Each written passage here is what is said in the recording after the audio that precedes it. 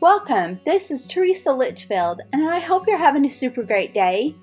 I wanted to share a technique today about ombre inking, and instead of using multiple ink colors to get that gradient look, I'm just using one ink pad per color, adding a light heavy pressure when adding the ink to that.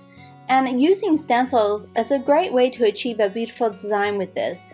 So let's get started with the background. I'm using the PinkFresh Studio Horizontal Stripe Slim Stencil, and I'm using a half sheet of cardstock, which is 4 1/4 by 11. And I'm just doing that to make it easy. And I'm going to put it in the corner of my waffle flower medium out with a stencil over it, and use Andromeda Crisp ink to ink blend. You want to use a small blending brush for this, and I'm using the Altenew small blending tool.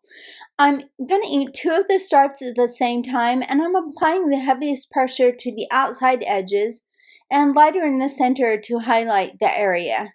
The water medium mat is great because it has that lip around the edge and allows you to put your cardstock and your stencil in the corner in case you have to go back for some touch-up. It lines it up perfectly, and it also keeps it in place. So I'm just continuing down the stencil in the same manner, and you can see that highlighted area. You could do this the other way around, but I like the darker edge. I also go back and darken the edge sometimes and use a light swish motion in the middle. And here you can see the final result of that. Purple can be a stubborn color that stains, so I have an alcohol spray bottle to clean off the stencil, and then I use the Hero Arts stamp cleaner on the medium mat, and that seems to work the best. I'm going to use the PinkFresh Slim Stitch rectangle dies to cut my background panels, and I'll use the second size down with the stitched edge to cut the stripe background. And then I'll use the largest stitch in white, and I'll layer them on top of each other. This set also cuts out a solid mat in between, and I'll cut that out of Concord 9th eggplant cardstock and put that under the stripe background. I think that really sets that off. For the focal point on the card, I'll use the PinkFresh Floral Note stamp with the stencils and the die, which is meant for a slimline size. I'll start with the stencils using the one with the main flowers, and I'll use velvet ink on this first one. I'm going to have 2 different colors of flowers on this. When I ink blend using a stencil, I like to rotate my brush in a circular motion, one way and then the other, and that's just to make sure I get all the edges well. And then with the light heavy pressure, it adds even more depth to the image. I really like the highlights and the pink that this ink gives. I'll mask off the flowers in between with some low-tack tape and then continue with the velvet ink on the outside flowers.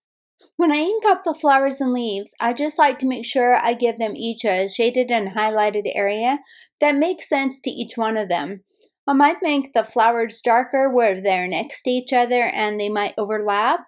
But this is a pretty whimsical set, so it's really up to your interpretation. After I'm done inking with the velvet ink, I'm going to take a microfiber towel and wipe away the red ink so it doesn't blend with my next color and contaminate that ink pad. And now I can take the tape off and use it to mask the red flowers so I can ink with my next color. This is also a really quick and easy way to use multiple colors on one stencil. I'll use Andromeda ink again for these flowers and give them a shaded and highlighted area as well. By the way, I chose the ink colors and the stripe background to coordinate with the PinkFresh Studios challenge this month. I absolutely love the reveal under the stencil when you're done ink blending. Isn't that pretty? I just love the colors that the inks give you. The second stencil is for some smaller flowers and the flower centers, and I'll use just one color of ink, which is Honey Drizzle on this. I won't worry about trying to get a variation of color because these are pretty small images. So I'll just do them all pretty solid, but I'm still going to go around and rotate in both directions to get both sides of the stenciled image. The third layering stencil is for the leaves, and I just think it's so handy to be able to put your stencil in the corner and they all line up. It works just like your stamping tool does. So I'm going to use Shadow Creek ink on these, And I am gonna give a variation of color. And again, I rotate my blending tool one way and then the other, and I'm actually adding some darkness to the stem of the leaves and a little bit on the end. I'm going to stamp the outline for the set with Altenew Obsidian Pigment Ink, and I'm using my Memory Misty for its size to accommodate the slimline size. And then I'll use the coordinating die to cut that out. I'll also use the die to cut out 2 more and glue them to the ink die cut for dimension. I wanted to use the Sweet Hot Foil plate on the card for the sentiment, and I'll link to a video I created on hot foiling. I used the very smooth Hemmelkohl cardstock and Gemini gold foil, and then I have a great tip for cutting a thin image out like this.